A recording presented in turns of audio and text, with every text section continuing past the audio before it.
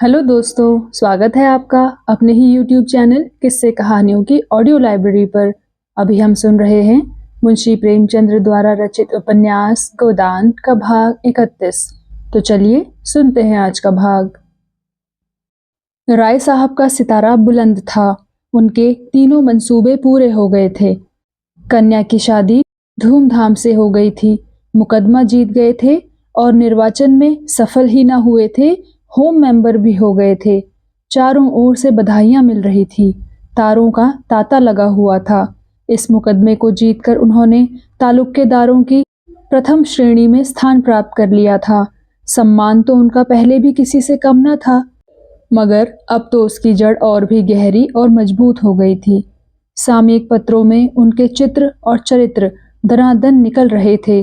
कर्ज की मात्रा बहुत बढ़ गई थी, मगर अब राय साहब को इसकी परवाह न थी। वह इस नई मिल्कियत का एक छोटा सा टुकड़ा बेचकर कर्ज से मुक्त हो सकते थे। सुख की जो ऊंची से ऊंची कल्पना उन्होंने की थी, उससे कहीं ऊंचे जा पहुंचे थे।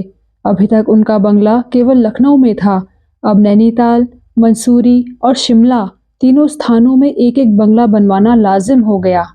अब उन्हें यह शोभा नहीं देता कि इन स्थानों में जाएं तो होटलों में या किसी दूसरे राजा के बंगले में ठहरें। जब सूर्य प्रताप सिंह के बंगले इन सभी स्थानों में थे, तो राय साहब के लिए यह बड़ी लज्जा की बात थी कि उनके बंगले ना हो। संयोग से बंगले बनवाने की जहमत ना उठानी पड़ी।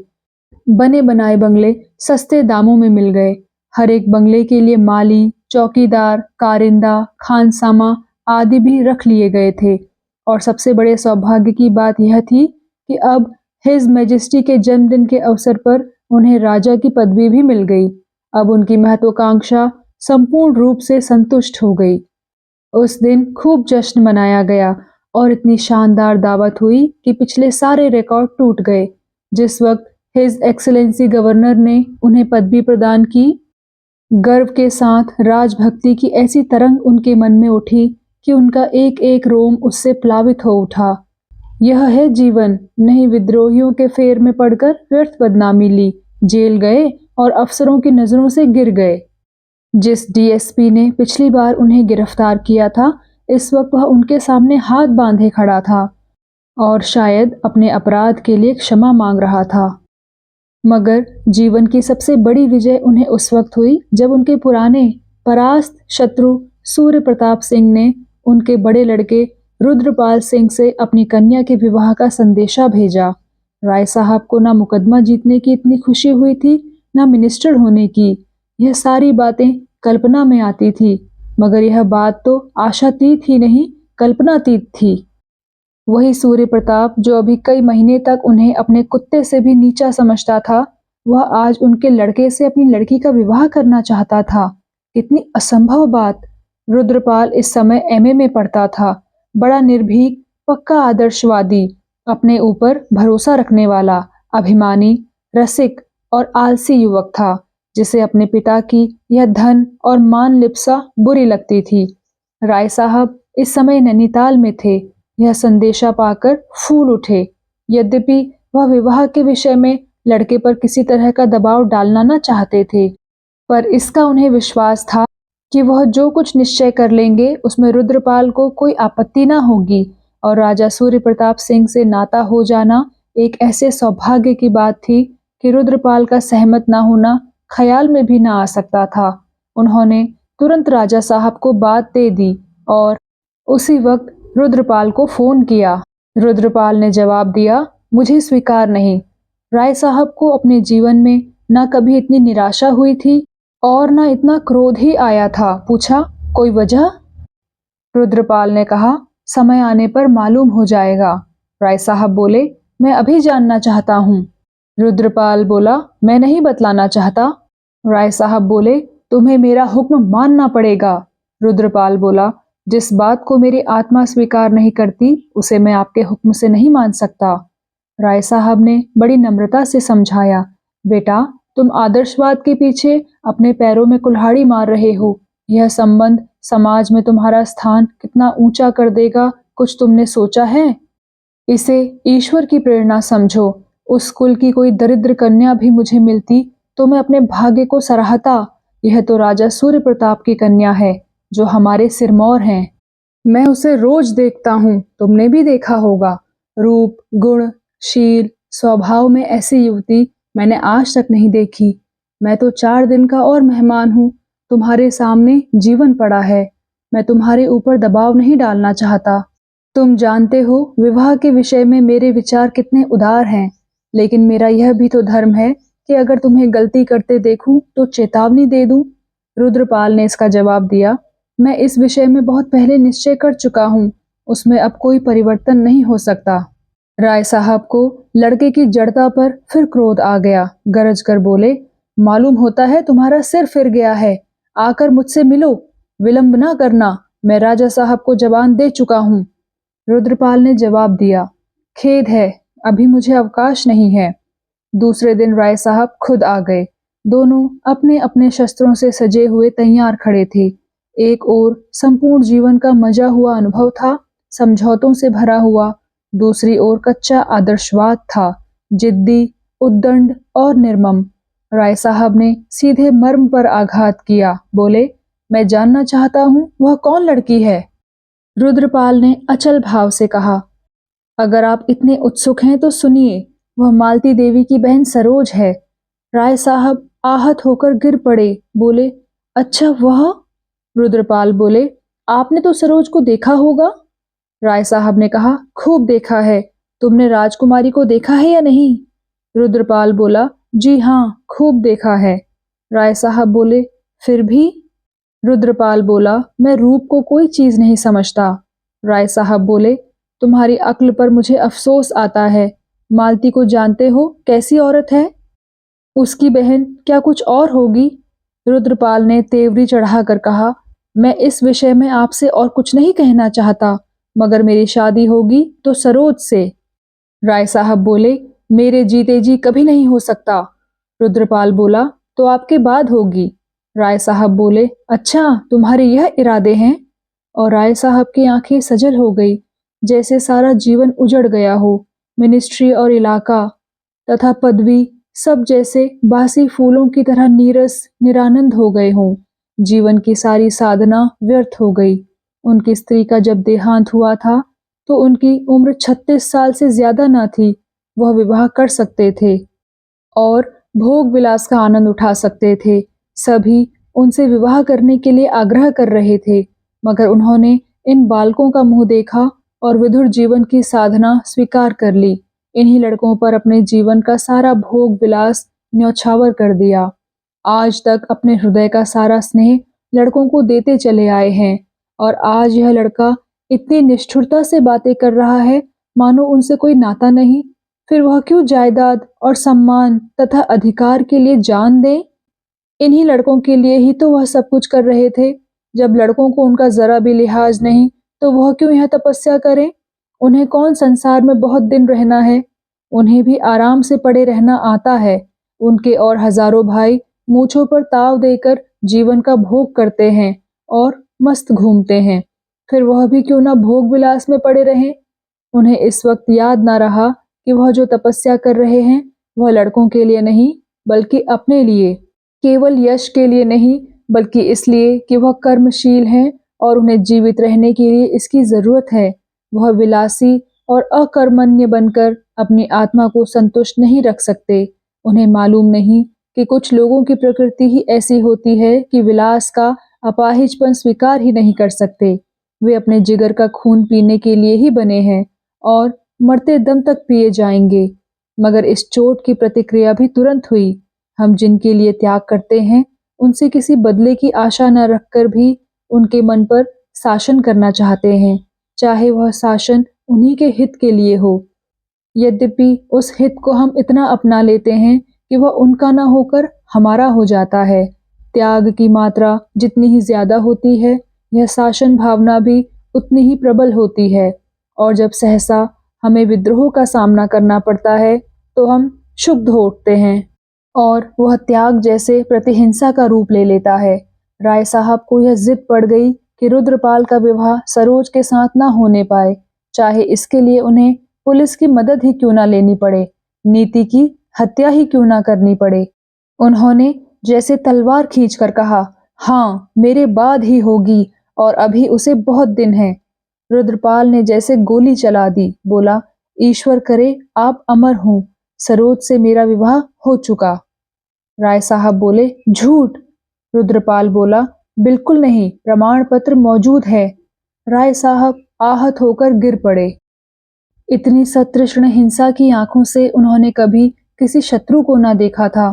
शत्रु अधिक से अधिक उनके स्वार्थ पर आघात कर सकता था, या देह पर, या सम्मान पर यह आघात तो उस मर्म स्थल पर था जहां जीवन की संपूर्ण प्रेरणा संचित थी। एक आंधी थी जिसने उनका जीवन जड़ से उखाड़ दिया। अब वह सर्वथा अपंग हैं, पुलिस की सारी शक्ति हाथ में रहते हुए अपंग हैं। बल प्रयोग उनका अंतिम शस्त्र था, वह शस्त्र उनके हाथ से निकल चुका था। रुद्रपाल बालिग है, सरोज भी बालिग है, और रुद्रपाल अपनी रियासत का मालिक है। उनका उस पर कोई दबाव नहीं। आह, अगर जानते यह लौंडा यूं विद्रोह करेगा तो इस रियासत के लिए लड़ते ही क्यों। इस मुकदमेबाजी के पीछे 2-2.5 लाख बिगड़ गए, जीवन ही नष्ट हो गया। अब तो उनकी लाज इसी तरह बचेगी कि इस लौंडे की खुशामद करते रहें। उन्होंने जर बाधा दी और इज्जत धूल में मिली। वह जीवन का बलिदान करके भी अब स्वामी नहीं है। ओह, सारा जीवन नष्ट हो गया, सारा जीवन। रुद्रपाल चला गया था। राय साहब ने कार मंगवाई और मेहता से मिलने चले। मेहता अगर चाहें तो मालती को समझा सकते हैं। सरोज भी उनकी अवहेलना न करेगी। अगर 10-20 हजार रुपए बल खाने से भी विवाह रुक जाए तो वह देने को तैयार थे, जिस पर मेहता की हमदर्दी कभी उनके साथ ना होगी। मेहता ने सारा वृत्तांत सुनकर उन्हें बनाना शुरू किया। गंभीर मुंह बनाकर बोले, यह तो आपकी प्रतिष्ठा का सवाल है। राय साहब भांप न सके, उछलकर बोले, जी हाँ, केवल प्रतिष्ठा का। राजा सूर्य प्रताप सिंह को तो आप जानते हैं। मेहता बोले, मैंने उनकी लड़की को भी देखा है, सरोज उसके पांव की धूल भी नहीं है। राय साहब बोले, मगर इस लौंडे की अक्ल पर पत्थर पड़ गया है। मेहता बोले, तो मारिए गोली, आपको क्या करना है, वही पछताएगा। राय साहब बोले, ओह, वही तो नहीं देखा जाता मेहता जी, मिलती हुई प्रतिष्ठा नहीं छोड़ी जाती। मैं इस प्रतिष्ठा पर अपनी आधी रियासत कुर्बान करने को तैयार हूँ। आप मालती देवी को समझा दें तो काम बन जाए, इधर से इनकार हो जाए तो रुद्रपाल सिर पीट कर रह जाएगा और वह नशा 10-5 दिन में उतर जाएगा। यह प्रेम स्नेह कुछ नहीं, केवल सनक है। मेहता बोले, लेकिन मालती बिना कुछ रिश्वत लिए मानेगी नहीं। राय साहब बोले, आप जो कुछ कहिए मैं उसे दूंगा। वह चाहे तो मैं उसे यहाँ के डफरिन हॉस्पिटल का इंचार्ज बना दूं। मेहता बोले, मान लीजिए वह आपको चाहे तो आप राजी होंगे। जब से आपको मिनिस्ट्री मिली है आपके विषय में उसकी राय जरूर बदल गई होगी। राय साहब ने मेहता के चेहरे की तरफ देखा, उस पर मुस्कुराहट की रेखा नजर आई। समझ गए, व्यथित स्वर में बोले, आपको भी मुझसे मजाक करने का यही अवसर मिला। मैं आपके पास इसलिए आया था कि मुझे यकीन था कि आप मेरी हालत पर विचार करेंगे, मुझे उचित राय देंगे, और आप मुझे बनाने लगे। जिसके दांत नहीं दुखे वह दांतों का दर्द क्या जाने। मेहता ने गंभीर स्वर से कहा, क्षमा कीजिएगा, आप ऐसा प्रश्न ही लेकर आए हैं कि उस पर गंभीर विचार करना मैं हास्यास्पद समझता हूँ। आप अपनी शादी के जिम्मेदार हो सकते हैं, लड़के की शादी का दायित्व आप क्यों अपने ऊपर लेते हैं, खासकर जब आपका लड़का बालिग है और अपना नफा नुकसान समझता है। कम से कम मैं तो शादी जैसे महत्व के मामले में प्रतिष्ठा का कोई स्थान नहीं समझता। प्रतिष्ठा धन से होती तो राजा साहब उस नंगे के सामने घंटों गुलामों की तरह हाथ बांधे न खड़े रहते।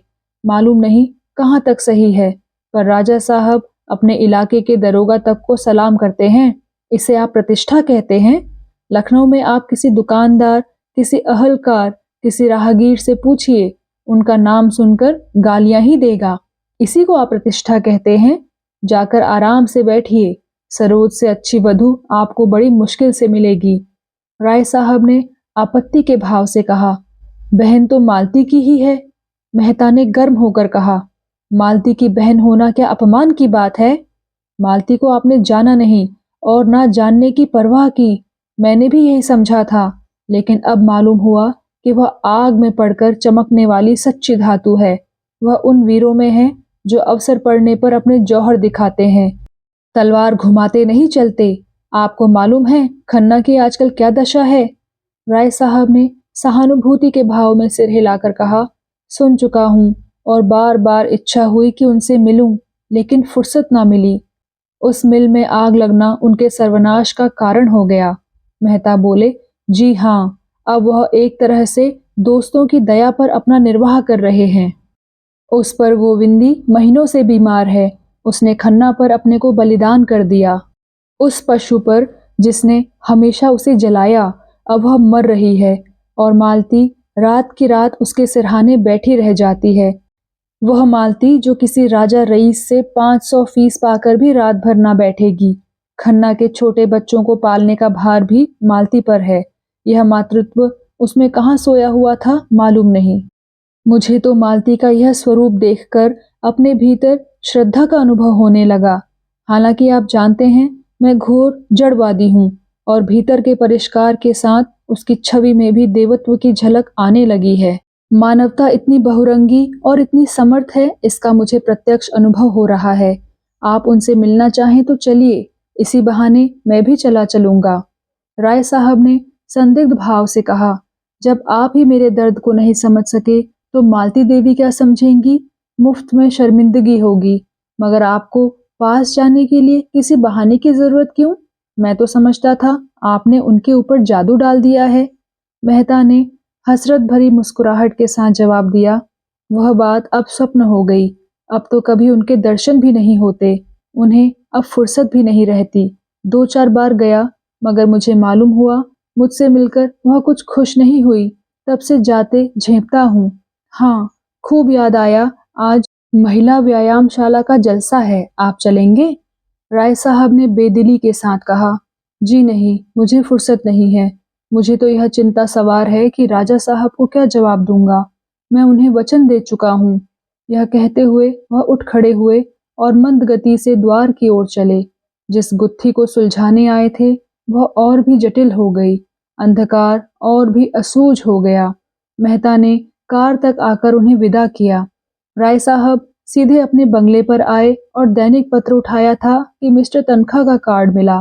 तनखा से उन्हें घृणा थी और उनका मुंह भी न देखना चाहते थे, लेकिन इस वक्त मन की दुर्बल दशा में उन्हें किसी हमदर्द की तलाश थी जो और कुछ न कर सके पर उनके मनोभावों से सहानुभूति तो करे। तुरंत बुला लिया। तनखा पांव दबाते हुए रोनी सूरत लिए कमरे में दाखिल हुए और जमीन पर झुककर सलाम करते हुए बोले, मैं तो हुजूर के दर्शन करने नैनीताल जा रहा था। सौभाग्य से यहीं दर्शन हो गए। हुजूर का मिजाज तो अच्छा है।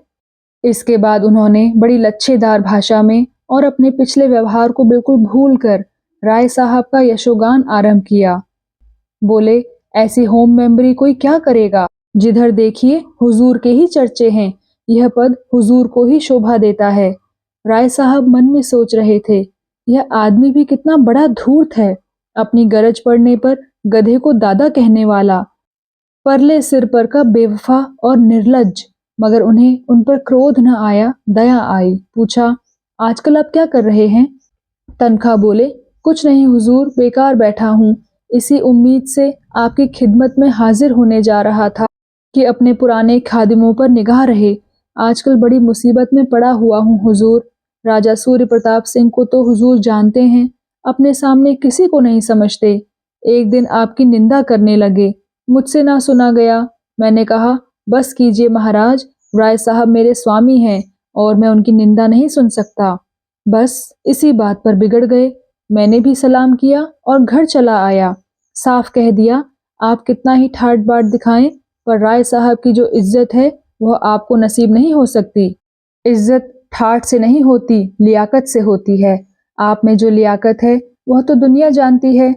राय साहब ने अभिनय किया। बोले, आपने तो सीधे घर में आग लगा दी। तनखा ने अकड़कर कहा, मैं तो हुजूर साफ कहता हूँ, किसी को अच्छा लगे या बुरा। जब हुजूर के कदमों को पकड़े हुए हैं तो किसी से क्यों डरूं? हुजूर के तो नाम से जलते हैं। जब देखिए हुजूर की बदगोई। जब से आप मिनिस्टर हुए हैं उनकी छाती पर सांप लौट रहा है। मेरी सारी की सारी मजदूरी साफ डकार गए। देना तो जानते नहीं हुजूर। आसामियों पर इतना अत्याचार करते हैं कि कुछ ना पूछिए। किसी की आबरू सलामत नहीं। दिन दहाड़े औरतों को। तभी कार की आवाज आई और राजा सूर्य प्रताप सिंह उतरे। राय साहब ने कमरे से निकलकर उनका स्वागत किया और इस सम्मान के बोझ से नत होकर बोले, मैं तो आपकी सेवा में आने ही वाला था। यह पहला अवसर था कि राजा सूर्य प्रताप सिंह ने इस घर को अपने चरणों से पवित्र किया। यह सौभाग्य। मिस्टर तनखा भीगी बिल्ली बने बैठे हुए थे। राजा साहब यहाँ, क्या इधर इन दोनों महोदयों में दोस्ती हो गई है? उन्होंने राय साहब की ईर्ष्याग्नि को उत्तेजित करके अपना हाथ सेंकना चाहा था, मगर नहीं। राजा साहब यहाँ मिलने के लिए आ भले ही गए हों, मगर दिलों में जो जलन है वह तो कुम्हार के आवे की तरह इस ऊपर की लेप थोप से बुझने वाली नहीं।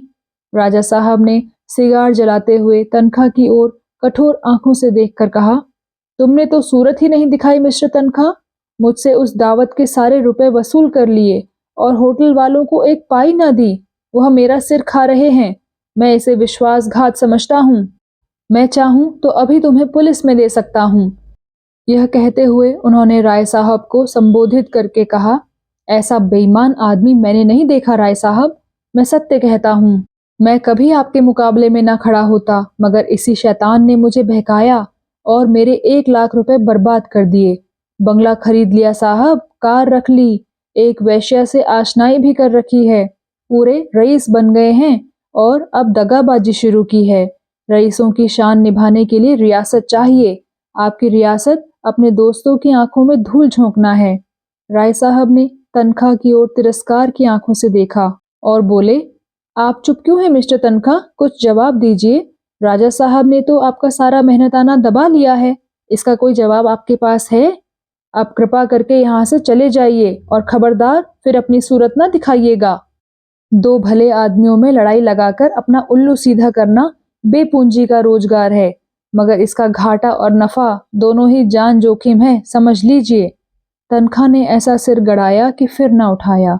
धीरे से चले गए, जैसे कोई चोर कुत्ता मालिक के अंदर आ जाने पर दबकर निकल जाए। जब वह चले गए तो राजा साहब ने पूछा, मेरी बुराई करता होगा? राय साहब बोले, जी हाँ, मगर मैंने भी खूब बनाया। राजा साहब बोले, शैतान है। राय साहब ने समर्थन किया, बोले, पूरा। राजा साहब बोले, बाप बेटे में लड़ाई करवा दे, मियाँ बीबी में लड़ाई करवा दे, इस फन में उस्ताद है। खैर, आज बच्चा को अच्छा सबक मिल गया। इसके बाद रुद्रपाल के विवाह की बातचीत शुरू हुई। राय साहब के प्राण सूखे जा रहे, मानो उन पर कोई निशाना बांधा जा रहा हो। कहाँ छिप जाएं, कैसे कहें कि रुद्रपाल पर उनका कोई अधिकार नहीं रहा। मगर राजा साहब को परिस्थिति का ज्ञान हो चुका था। राय साहब को अपनी तरफ से कुछ ना कहना पड़ा, जान बच गई। उन्होंने पूछा, आपको इसकी कैसे खबर हुई? राजा साहब बोले, अभी अभी रुद्रपाल ने लड़की के नाम एक पत्र भेजा है जो उसने मुझे दे दिया। राय साहब बोले, आजकल के लड़कों में और तो कोई खूबी नजर नहीं आती, बस स्वच्छंदता की सनक सवार है। राजा साहब बोले, सनक तो है ही, मगर इसकी दवा मेरे पास है। मैं उस छोकरी को ऐसा गायब कर दूं कि कहीं पता ना लगेगा। 10-5 दिन में यह सनक ठंडी हो जाएगी। समझाने से कोई नतीजा नहीं। राय साहब कांप उठे। उनके मन में भी इस तरह की बात आई थी, लेकिन उन्होंने उसे आकार ना लेने दिया था। संस्कार दोनों व्यक्तियों के एक जैसे थे। गुफावासी मनुष्य दोनों ही व्यक्तियों में जीवित था। राय साहब ने उसे ऊपरी वस्त्रों से ढक दिया था। राजा साहब में वह नग्न था। अपना बड़प्पन सिद्ध करने के उस अवसर को राय साहब छोड़ ना सके। जैसे लज्जित होकर बोले, लेकिन यह 20वीं सदी है, 12वीं नहीं। रुद्रपाल के ऊपर इसकी क्या प्रतिक्रिया होगी मैं नहीं कह सकता, लेकिन मानवता की दृष्टि से। राजा साहब ने बात काट कर कहा, आप मानवता लिए फिरते हैं और यह नहीं देखते कि संसार में आज भी मनुष्य की पशुता ही उसकी मानवता पर विजय पा रही है। नहीं राष्ट्रों में लड़ाइयां क्यों होती, पंचायतों से मामले न तय हो जाते। जब तक मनुष्य रहेगा उसकी पशुता भी रहेगी। छोटी मोटी बहस छिड़ गई और विवाद के रूप में आकर अंत में वितंडा बन गई और राजा साहब नाराज होकर चले गए। दूसरे दिन राय साहब ने भी नैनीताल को प्रस्थान किया और उसके एक दिन बाद रुद्रपाल ने सरोज के साथ इंग्लैंड की राह ली। अब उनमें पिता पुत्र का नाता न था, प्रतिद्वंदी हो गए थे। मिस्टर तनखा अब रुद्रपाल के सलाहकार और पैरोकार थे। उन्होंने रुद्रपाल की तरफ से राय साहब पर हिसाब फहमी का दावा किया। राय साहब पर 10 लाख की डिग्री हो गई। उन्हें डिग्री का इतना दुख न था जितना अपने अपमान का। अपमान से भी बढ़कर दुख था जीवन की संचित अभिलाषाओं के धूल में मिल जाने का। और सबसे बड़ा दुख इस बात का था कि बेटे ने ही दगा दी। आज्ञाकारी पुत्र के पिता बनने का गौरव बड़ी निर्दयता के साथ उनके हाथ से छीन लिया गया था। मगर अभी शायद उनके दुख का प्याला भरा न था। जो कुछ कसर थी वह लड़की और दामाद के संबंध विच्छेद ने पूरी कर दी। साधारण हिंदू बालिकाओं की तरह मीनाक्षी भी बेजुबान थी। बाप ने जिसके साथ ब्याह कर दिया उसके साथ चली गई, लेकिन स्त्री पुरुष में प्रेम न था। दिग्विजय सिंह अय्याश भी थे, शराबी भी। मीनाक्षी भीतर ही भीतर कुढ़ती रहती थी, पुस्तकों और पत्रिकाओं से मन बहलाया करती थी। दिग्विजय सिंह की अवस्था तो 30 से अधिक न थी। पढ़े लिखे भी थे मगर बड़े मगरूर, अपनी कुल प्रतिष्ठा की डींग मारने वाला, स्वभाव का निर्दयी और कृपण, गांव की नीच जाति की बहु बेटियों पर डोरे डाला करता था। सोहबत भी नीचों की थी, जिनकी खुशामदों ने उसे और भी खुशामद पसंद बना दिया था। मीनाक्षी ऐसे व्यक्ति का सम्मान दिल से न कर सकती थी। फिर पत्रों में स्त्रियों के अधिकारों की चर्चा पढ़ पढ़ कर उसकी आंखें खुलने लगी थी। वह जनाना क्लब में आने जाने लगी। वहां कितनी ही शिक्षित ऊंचे कुल की महिलाएं आती थी। उनमें वोट और अधिकार तथा स्वाधीनता और नारी जागृति की खूब चर्चा होती थी, जैसे पुरुषों के विरुद्ध कोई षड्यंत्र रचा जा रहा हो। अधिकतर वही देवियां थीं जिनकी अपने पुरुषों से न पटती थी, जो नई शिक्षा पाने के कारण पुरानी मर्यादाओं को तोड़ डालना चाहती थी। कई युवतियां भी थीं जो डिग्रियां ले चुकी थी और विवाहित जीवन को आत्मसम्मान के लिए घातक समझकर नौकरियों की तलाश में थी। उन्हीं में एक मिस सुल्तान थी जो विलायत से बार एट लॉ होकर आई थी और यहाँ पर्दा नशीन महिलाओं को कानूनी सलाह देने का व्यवसाय करती थी। उन्हीं की सलाह से मीनाक्षी ने पति पर गुजारे का दावा किया। वह अब उसके घर में न रहना चाहती थी। गुजारे की मीनाक्षी को जरूरत न थी। मैके में वह बड़े आराम से रह सकती थी, मगर वह दिग्विजय सिंह के मुख में कालिख लगाकर यहाँ से जाना चाहती थी। दिग्विजय सिंह ने उस पर उल्टा बदचलनी का आक्षेप लगाया। राय साहब ने इस कलह को शांत करने की भरसक चेष्टा की, पर मीनाक्षी अब पति की सूरत नहीं देखना चाहती थी।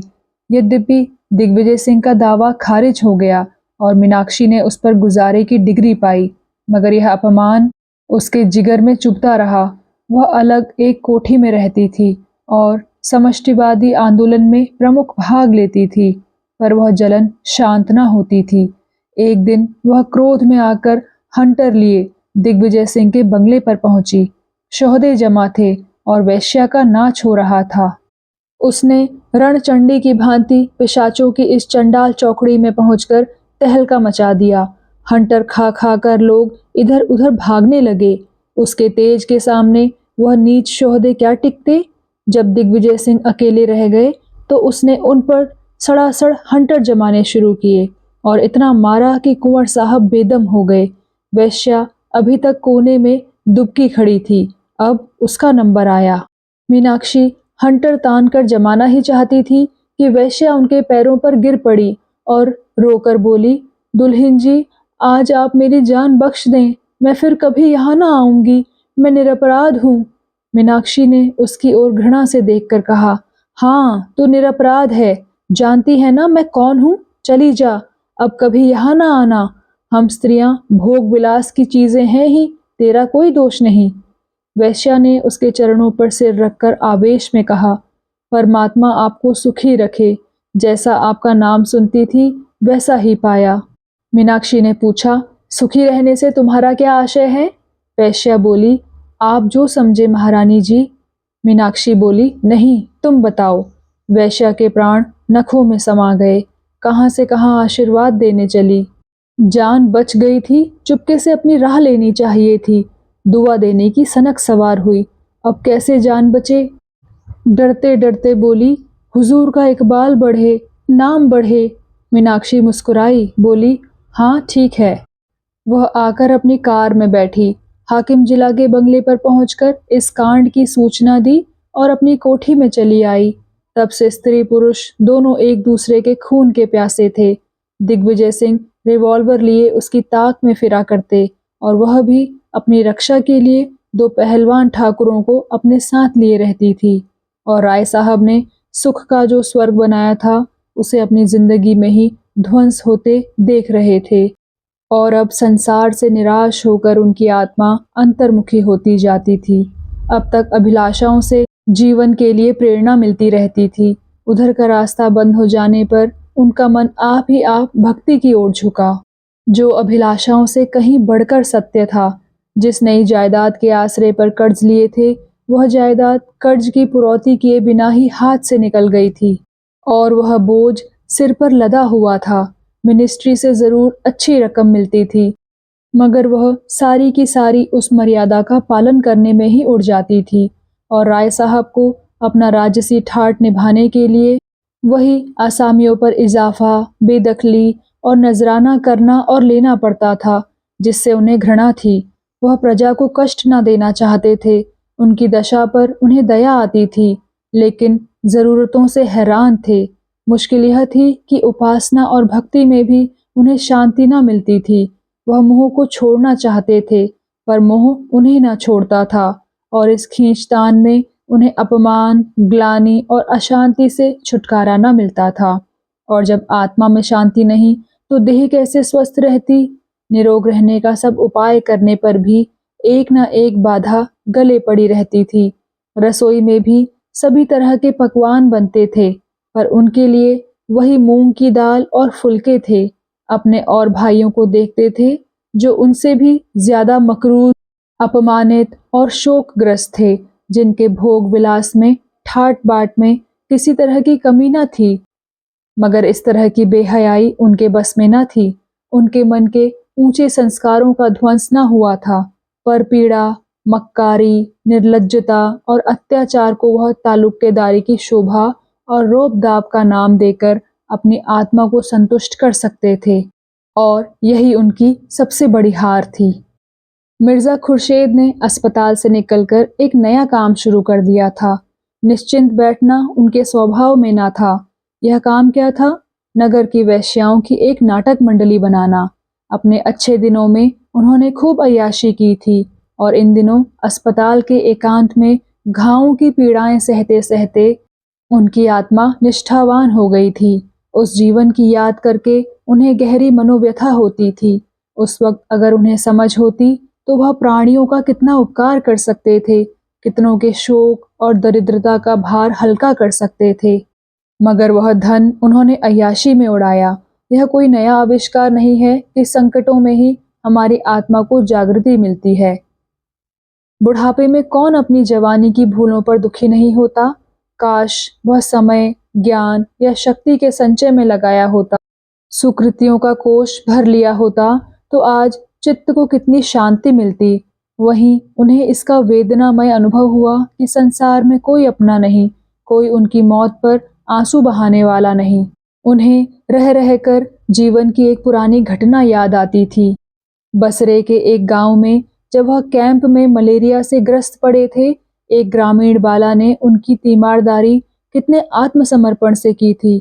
अच्छे हो जाने पर जब उन्होंने रुपए और आभूषणों से उसके एहसानों का बदला देना चाहा था, तो उसने किस तरह आंखों में आंसू भरकर सिर नीचा कर लिया था और उन उपहारों को लेने से इनकार कर दिया था।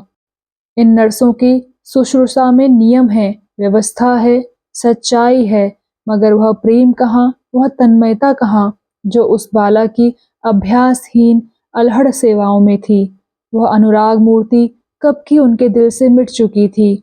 वह उससे फिर आने का वादा करके कभी उसके पास न गए।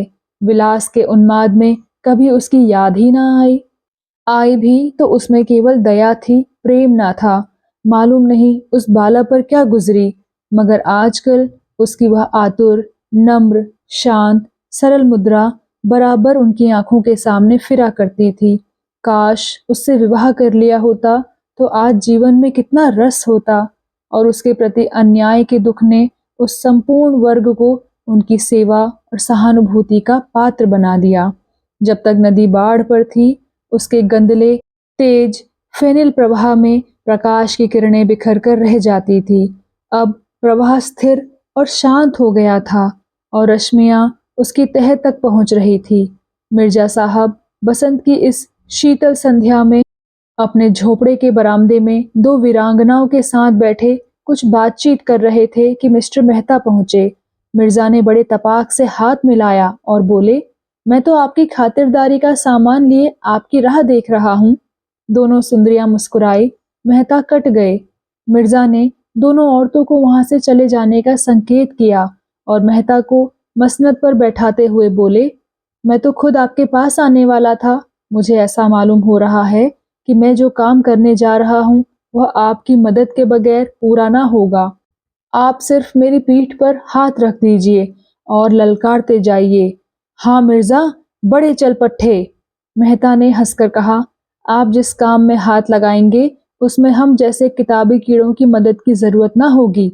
आपकी उम्र मुझसे ज्यादा है, दुनिया भी आपने खूब देखी है और छोटे से छोटे आदमियों पर अपना असर डाल सकने की जो शक्ति आप में है वह मुझ में होती तो मैंने खुदा जाने क्या किया होता।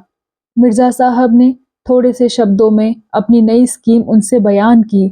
उनकी धारणा थी कि रूप के बाजार में वही स्त्रियां आती हैं जिन्हें या तो अपने घर में किसी कारण से सम्मानपूर्ण आश्रय नहीं मिलता या जो आर्थिक कष्टों से मजबूर हो जाती हैं, और अगर यह दोनों प्रश्न हल कर दिए जाएं तो बहुत कम औरतें इस भांति पतित हों।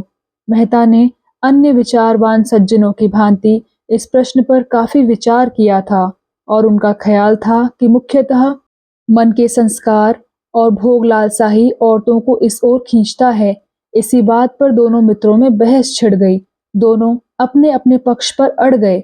मेहता ने मुट्ठी बांधकर हवा में पटकते हुए कहा, आपने इस प्रश्न पर ठंडे दिल से गौर नहीं किया। रोजी के लिए और बहुत से जरिए हैं, मगर ऐश की भूख रोटियों से नहीं जाती। उसके लिए दुनिया के अच्छे से अच्छे पदार्थ चाहिए। जब तक समाज की व्यवस्था ऊपर से नीचे तक बदल न डाली जाए, इस तरह की मंडली में कोई फायदा ना होगा। मिर्जा ने मूछें खड़ी की, बोले, और मैं कहता हूँ यह महज रोजी का सवाल है। हाँ, यह सवाल सभी आदमियों के लिए एक सा नहीं है। मजदूर के लिए वह महज आटे दाल और एक फूस की झोपड़ी का सवाल है। एक वकील के लिए वह एक कार और बंगले तथा खिदमतगारों का सवाल है। आदमी महज रोटी नहीं चाहता और भी बहुत सी चीजें चाहता है। अगर औरतों के सामने भी वह प्रश्न तरह तरह की सूरतों में आता है तो उनका क्या कसूर है? डॉक्टर मेहता अगर जरा गौर करते तो उन्हें मालूम होता कि उनमें और मिर्जा में कोई भेद नहीं, केवल शब्दों का हेर फेर है। पर बहस की गर्मी में गौर करने का धैर्य कहाँ। गर्म होकर बोले, मुआफ कीजिए मिर्जा साहब, जब तक दुनिया में दौलत वाले रहेंगे वैश्याएं भी रहेंगी। मंडली अगर सफल भी हो जाए, हालांकि मुझे उसमें बहुत संदेह है, तो आप 10-5 औरतों से ज्यादा उनमें कभी ना ले सकेंगे, वह भी थोड़े दिनों के लिए। सभी औरतों में नाट्य करने की शक्ति नहीं होती, उसी तरह जैसे सभी आदमी कवि नहीं हो सकते। और यह भी मान लें कि वैश्याएं आपकी मंडली में स्थायी रूप से टिक जाएंगी, तो भी बाजार में उनकी जगह खाली ना रहेगी। जड़ पर जब तक कुल्हाड़े ना चलेंगे, पत्तियां तोड़ने से कोई नतीजा नहीं। दौलत वालों में कभी कभी ऐसे लोग निकल आते हैं जो सब कुछ त्याग कर खुदा की याद में जा बैठते हैं, मगर दौलत का राज्य बदस्तूर कायम है, उसमें जरा भी कमजोरी नहीं आने पाई। मिर्जा को मेहता की हठ धर्मी पर दुख हुआ। इतना पढ़ा लिखा विचारवान आदमी इस तरह की बातें करे। समाज की व्यवस्था क्या आसानी से बदल जाएगी? वह तो सदियों का मामला है। तब तक क्या वह अनर्थ होने दिया जाए, उसकी रोकथाम ना की जाए? इन अबलाओं को मर्दों की लिप्सा का शिकार होने दिया जाए? क्यों ना शेर को पिंजरे में बंद कर दिया जाए कि वह दांत और नाखून होते हुए भी किसी को हानि ना पहुंचा सके? क्यों उस वक्त तक चुपचाप बैठा रहा जाए जब तक शेर अहिंसा का व्रत ना ले ले? दौलत वाले और जिस तरह चाहें अपनी दौलत उड़ाएं। मिर्जा जी को गम नहीं, शराब में डूब जाएं, कारों की माला गले में डाल लें, किले बनवाएं, धर्मशालाएं और मस्जिदें खड़ी करें, उन्हें कोई परवाह नहीं। अबलाओं की जिंदगी ना खराब करें, यह मिर्जा जी नहीं देख सकते। वह रूप के बाजार को ऐसा खाली कर देंगे कि दौलत वालों के अशरफियों पर कोई थूकने वाला भी ना मिले। क्या जिन दिनों शराब की दुकानों की पिकेटिंग होती थी, अच्छे अच्छे शराबी पानी पी पी कर दिल की आग नहीं बुझाते थे? मेहता ने मिर्जा की बेवकूफ़ी पर हंसकर कहा, आपको मालूम होना चाहिए कि दुनिया में ऐसे मुल्क भी हैं जहां वेश्याएं नहीं हैं, मगर अमीरों की दौलत वहां भी दिलचस्पियों के सामान पैदा कर लेती है। मिर्जा भी मेहता की जड़ता पर हंसे, बोले, जानता हूँ मेहरबान, जानता हूँ। आपकी दुआ से दुनिया देख चुका हूँ, मगर यह हिंदुस्तान है, यूरोप नहीं है। मेहता बोले, इंसान का स्वभाव सारी दुनिया में एक सा है। मिर्जा बोले, मगर यह भी मालूम रहे कि हर एक कौम में एक ऐसी चीज होती है जिसे उसकी आत्मा कह सकते हैं। अस्मत हिंदुस्तानी तहजीब की आत्मा है। मेहता बोले, अपने मुंह मियां मिट्ठू बन लीजिए। मिर्जा बोले, दौलत की आप इतनी बुराई करते हैं, फिर भी खन्ना की हिमायत करते नहीं थकते, ना कहिएगा। मेहता का तेज विदा हो गया, नम्र भाव से बोले, मैंने खन्ना की हिमायत उस वक्त की है जब वह दौलत के पंजे से छूट गए हैं, और आजकल उनकी हालत आप देखें तो आपको दया आएगी। और मैं क्या हिमायत करूंगा जिसे अपनी किताबें और विद्यालय से छुट्टी नहीं। ज्यादा से ज्यादा सूखी हमदर्दी ही तो कर सकता हूँ। हिमायत की है मिस मालती ने कि खन्ना को बचा लिया। इंसान के दिल की गहराइयों में त्याग और कुर्बानी की कितनी ताकत छिपी होती है, इसका मुझे अब तक तजर्बा न हुआ था। आप भी एक दिन खन्ना से मिल आइए, फूले न समाइएगा। इस वक्त उन्हें जिस चीज की सबसे ज्यादा जरूरत है वह हमदर्दी है। मिर्जा ने जैसे अपनी इच्छा के विरुद्ध कहा, आप कहते हैं तो जाऊंगा, आपके साथ जहन्नुम में जाने में भी मुझे उज्र नहीं। मगर मिस मालती से तो आपकी शादी होने वाली थी, बड़ी गर्म खबर थी। मेहता ने झेंपते हुए कहा, तपस्या कर रहा हूँ, देखिए कब वरदान मिले। मिर्जा बोले, अजी वह तो आप पर मरती थी। मेहता बोले, मुझे भी यही वहम हुआ था, मगर जब मैंने हाथ बढ़ाकर उसे पकड़ना चाहा तो देखा वह आसमान में जा बैठी है। उस ऊंचाई तक तो मैं क्या पहुंचूंगा, आरजू मिन्नत कर रहा हूँ कि नीचे आ जाए। आजकल तो वह मुझसे बोलती भी नहीं।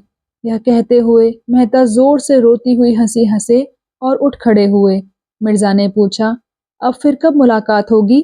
मेहता बोले, अब की आपको तकलीफ करनी पड़ेगी, खन्ना के पास जाइएगा जरूर। मिर्जा बोले, हाँ जाऊंगा। मिर्जा ने खिड़की से मेहता को जाते देखा। चाल में वह तेजी न थी, जैसे किसी चिंता में डूबे हुए हों।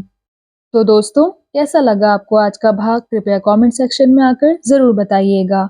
और अगर आपने अभी तक इस चैनल को सब्सक्राइब नहीं किया है तो कृपया सब्सक्राइब भी ज़रूर कर लीजिएगा। मैं मिलती हूँ आपसे इसी कहानी के अगले भाग के साथ। तब तक के लिए धन्यवाद।